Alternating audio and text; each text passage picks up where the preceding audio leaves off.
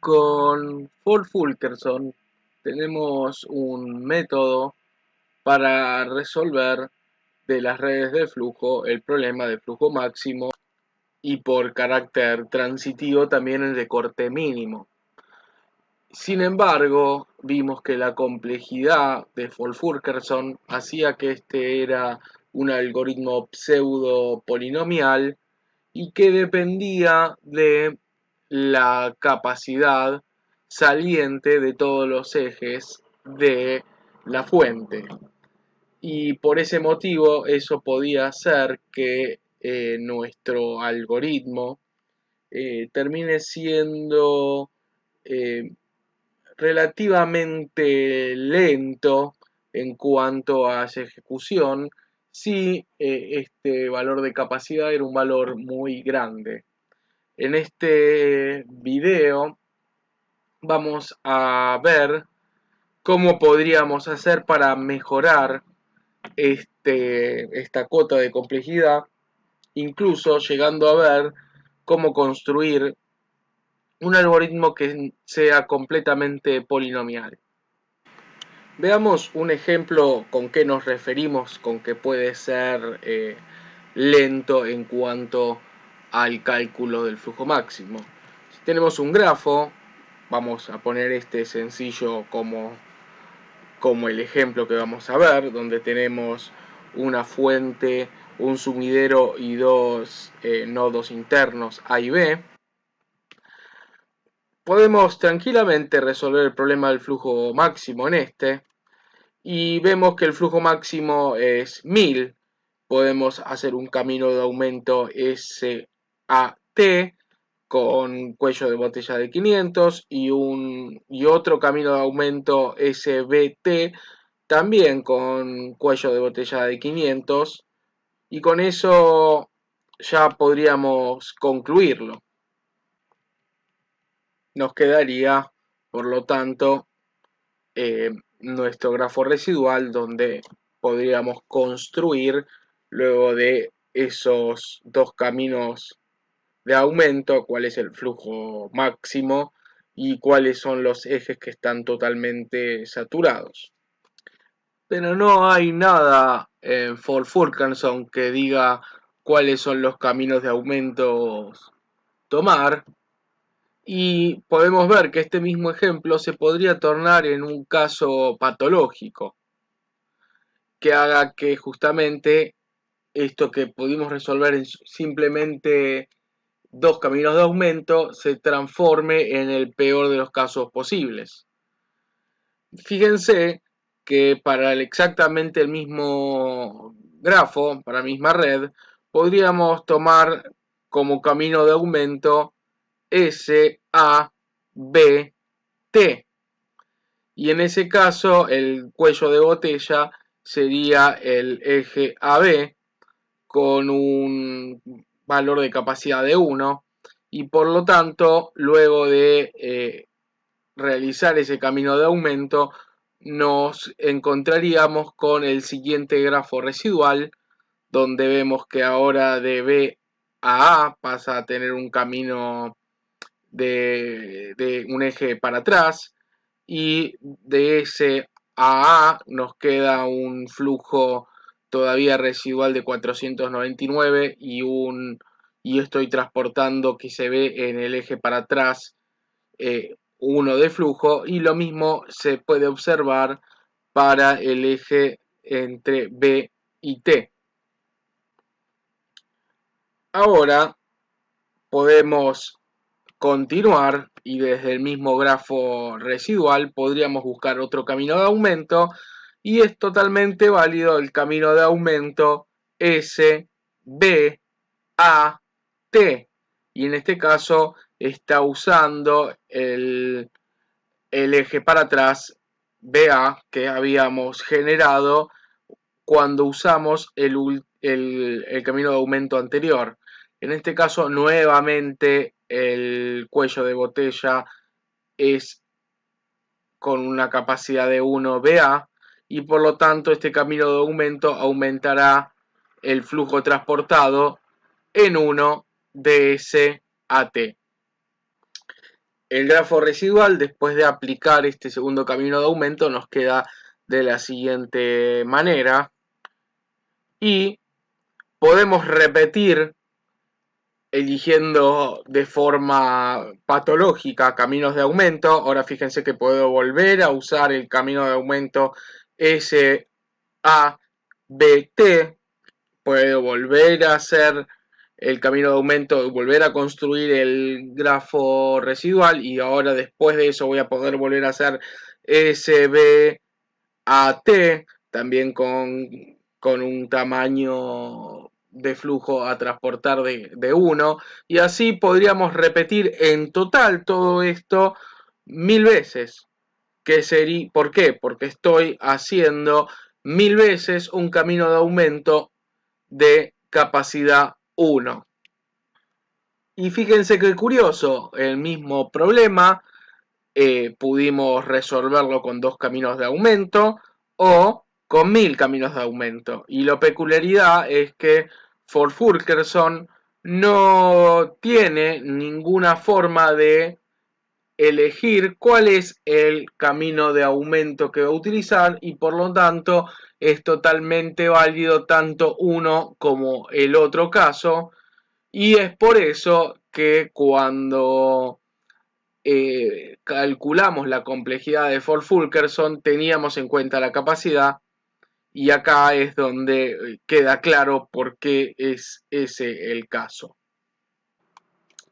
A nosotros como usuarios del algoritmo de Ford-Fulkerson, o como aquellos que queremos resolver el problema del flujo máximo, nos gustaría que el algoritmo sea más inteligente y elige aquellos caminos que van a hacer que la cantidad de iteraciones necesarias sean la menor cantidad posible. Y eso lo que queremos hacer entonces es que sea una selección eficiente de caminos que vayan de S a T. Y una solución que rápidamente uno puede evaluar es que nos gustaría que el camino que elija, que intente elegir por lo menos nuestro algoritmo, sean aquellos que tengan mayor cuello de botella posible. ¿Cómo sería entonces esto beneficioso? Y porque como la capacidad máxima del flujo ya está determinado de acuerdo a la topología, si vamos eligiendo siempre aquel que tiene un cuello de botella más grande, estaríamos haciendo que nos acerquemos lo más rápido posible a ese máximo que queremos calcular.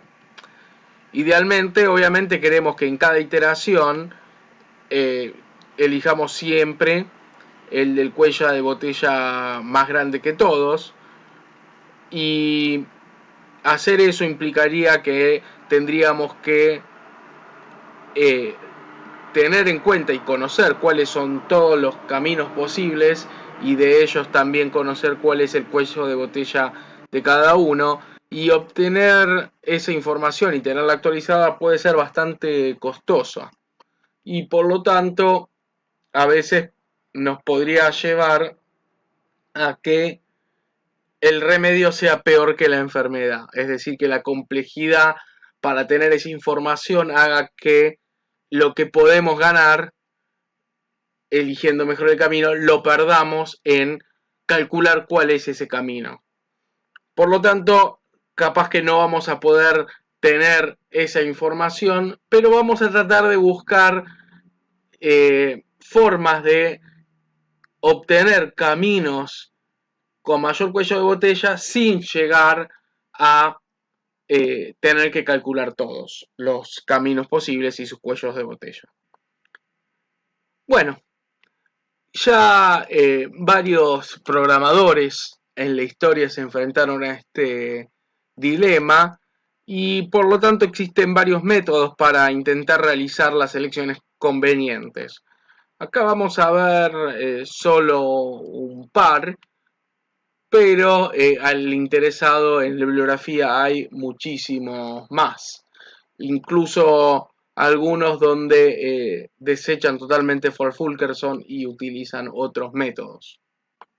El primer método que vamos a ver se lo conoce como aquel que utiliza un parámetro de escalado delta. ¿En qué consiste? Bueno, utilizaremos un parámetro delta y ese parámetro delta va a determinar cuáles son aquellos caminos de aumento ST que vamos a buscar, que son únicamente aquellos que tienen como cuello de botella un valor mayor a delta. ¿De dónde sale este parámetro delta? ¿Cómo se calcula? ¿Y cómo impacta en la búsqueda del camino? Ahora lo vamos a ver.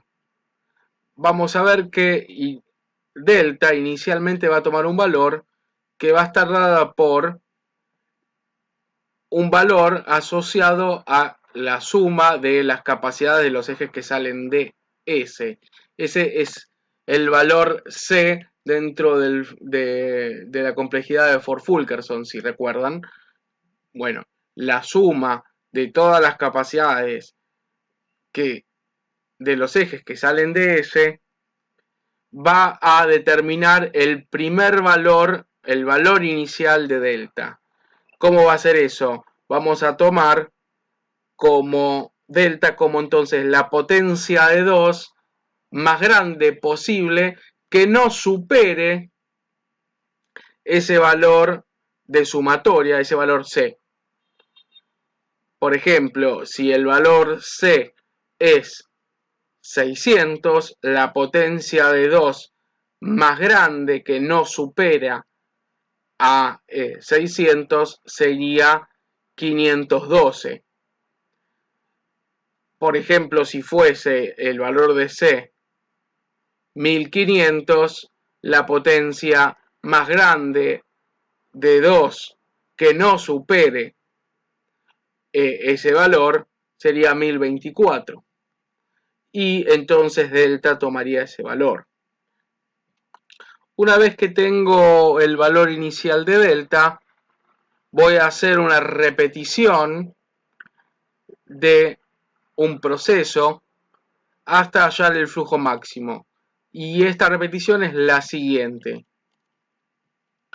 Voy a armar un grafo residual basándome en el grafo residual del problema inicial, pero dejando únicamente aquellos ejes tanto para atrás o para adelante, pero únicamente aquellos que tengan como capacidad un valor superior a este delta. Ahora, en este grafo residual que podemos pensarlo como reducido, vamos a buscar caminos ST de aumento y vamos a usar Fulkerson igual que veníamos usando antes, pero con esto, para construir el camino de aumento y para con él calcular un flujo que va a transportar entre S y T. Una vez que calculamos el camino ST, realizamos un camino de aumento, el proceso de aumento, y vamos a repetir este proceso siempre que exista un camino de aumento ST en este subgrafo. En el momento que no haya un camino ST en este grafo, vamos a tomar de nuevo el camino, el valor delta y reducirlo a la mitad y volver a repetir. El pseudocódigo se lo puede ver acá. Algunos conocen este algoritmo como Scaling Max Flow. Inicialmente el flujo que recorre todos los ejes del grafo es 0. Definimos nuestro delta como ya dijimos antes. Y ahora, mientras delta sea mayor o igual a 1, porque fíjense que el delta lo vamos a ir dividiendo por la mitad, eso es nuestra primera iteración, entramos a una segunda iteración, que es mientras exista un camino de aumento posible ST en el grafo residual, pero únicamente teniendo aquellos ejes que tengan capacidad mayor a delta. Si existe un camino, vamos a obtener ese camino de aumento, vamos a hacer el proceso de aumento y vamos a actualizar el flujo y actualizar nuestro gráfico, nuestro grafo residual en base también a ese delta. Una vez que no hay un camino de aumento, lo que vamos a hacer es reducir delta a la mitad. Vamos a volver a generar el grafo residual, pero únicamente de nuevo a aquellos ejes que superen en capacidad este nuevo valor de delta, y así terminaremos iterando, donde la última iteración de todo es cuando delta es igual a 1, y ahí incluirá obviamente todos los ejes y seguirá hasta encontrar el flujo máximo. Analicemos en un poco más profundidad en este algoritmo. Queremos saber si realmente funciona, si realmente termina y si realmente lo que obtiene es un flujo máximo, y en qué complejidad final nos quedará este algoritmo. Como es una variante de Ford-Fulkerson, porque fíjense que en definitiva internamente estoy usando Ford-Fulkerson, pero nada más que estoy cambiando la definición de cuál va a ser mi grafo residual. Varias de las demostraciones que vimos antes, cuando vimos en el video de probar Ford-Fulkerson, se pueden utilizar. Ahora, si las capacidades de todos mis ejes son enteras, cuando hago el escalado, el flujo y las capacidades residuales van a seguir siendo enteros. Fíjense que cuando hago un escalado lo hago dejando simplemente aquellos ejes que tienen más que ese valor delta, y por lo tanto cuando busco el flujo de aumento, el flujo de aumento va a ser una cantidad entera, y por lo tanto el flujo que voy a ir calculando paso a paso sigue siendo entero, y las capacidades residuales también son enteros porque en mi cuello de botella es un valor entero.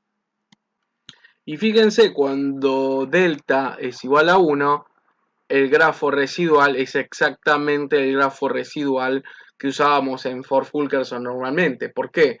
Porque en el grafo residual, utilizando el escalado de 1, implicaba que poníamos aquellos ejes que tengan un valor de capacidad mayor o igual a el delta, que es 1, y por lo tanto es exactamente igual al grafo residual completo de Ford-Fulkerson. Por lo tanto, en el caso base, cuando delta es igual a 1, que es cuando el algoritmo va a, y va a llegar en última instancia, porque como es delta inicialmente una potencia de 2, va a ir dividiendo, siempre va a ser un valor entero el delta, y en el caso final, en la última etapa, delta va a ser 1, y cuando termina va a estar buscando caminos residuales, perdón, caminos de aumento en el grafo residual, que es igual a Ford-Fulkerson, y por lo tanto, en el peor de los casos, cuando llegue ahí, si antes no hizo nada, cuando llegue ahí va a ser Ford-Fulkerson base y va a encontrar el flujo máximo. Bueno, ahora tenemos en nuestro algoritmo una primera iteración que tiene que ver en base a ese delta, de cómo pasa de un valor inicial y se va dividiendo cada vez a la mitad. Por lo tanto, ese parámetro delta me va a definir una cantidad máxima de iteraciones que va a estar lamentablemente también va a estar dependiente de ese valor C que definimos para Ford-Fulkerson, que es la sumatoria de todas las capacidades de los ejes que salen de S, pero fíjense que va a ser, como lo estamos dividiendo todo el tiempo por 2, un logaritmo en base 2 de SC piso más 1, que es cuando S delta vale 1, y por lo tanto ya parece que pasamos de un parámetro de C en la complejidad a algo que es un logaritmo de C. Entonces estaríamos viendo que la complejidad final aparentemente nos estaría mejorando. Ahora igualmente antes de afirmar eso deberíamos estar seguros que no crece por otro lado la complejidad en base a lo que tuvimos que hacer a partir de este cambio y agregado del parámetro delta. ¿Y por qué digo lamentablemente? Y porque nuestra solución con este cambio va a seguir siendo pseudopolinomial porque sigue dependiendo de alguna forma del parámetro C. Se puede probar también que en cada iteración hay a lo sumo 2 veces la cantidad de ejes total del grafo, caminos de aumentos que se pueden encontrar. Eso no lo vamos a probar, pero está en el Tardos con más detalle. Y por lo tanto, vamos a concluir que el tiempo de ejecución total de nuestro algoritmo es un valor que está en logaritmo en base 2 de C por 2 por E, caminos de aumento que va a tener en cada una de las iteraciones, por E, que es el costo de concretar el camino de aumento en la cota, digamos, el peor caso, y como E por E sería E cuadrado y el 2 termina saliendo porque estamos haciendo una, eh, como hablamos en complejidad, las constantes las sacábamos y con eso concluimos entonces cuál es nuestra complejidad final de nuestro algoritmo, que fíjense, eh, si lo comparamos con el Ford-Fulkerson común y corriente, que era la cantidad de ejes por C, veríamos una mejora siempre que la cantidad del valor sea muy grande y le gane a el aumento de por E, porque fíjense que es E por E contra E que nos plantea este algoritmo. Y con esto termina el análisis de esta eh, variante que utiliza el delta, el parámetro delta para ver cómo construir los caminos de aumento. Y vemos que finalmente sigue siendo un algoritmo pseudo polinomial, sigue usando C, aunque para los casos donde el flujo es muy grande, en comparación, el valor de flujo en comparación de la cantidad de ejes, pueden probarlo con el ejemplo inicial con el que abrimos este video. Vamos a ver que en esos casos este algoritmo es más conveniente. Sin embargo, vamos a querer que nuestro algoritmo no sea pseudopolinomial y el próximo video vamos a ver una variante de Ford-Fulkerson que lo logra. Así que vamos a cortar acá y les agradezco y nos escuchamos en el próximo video.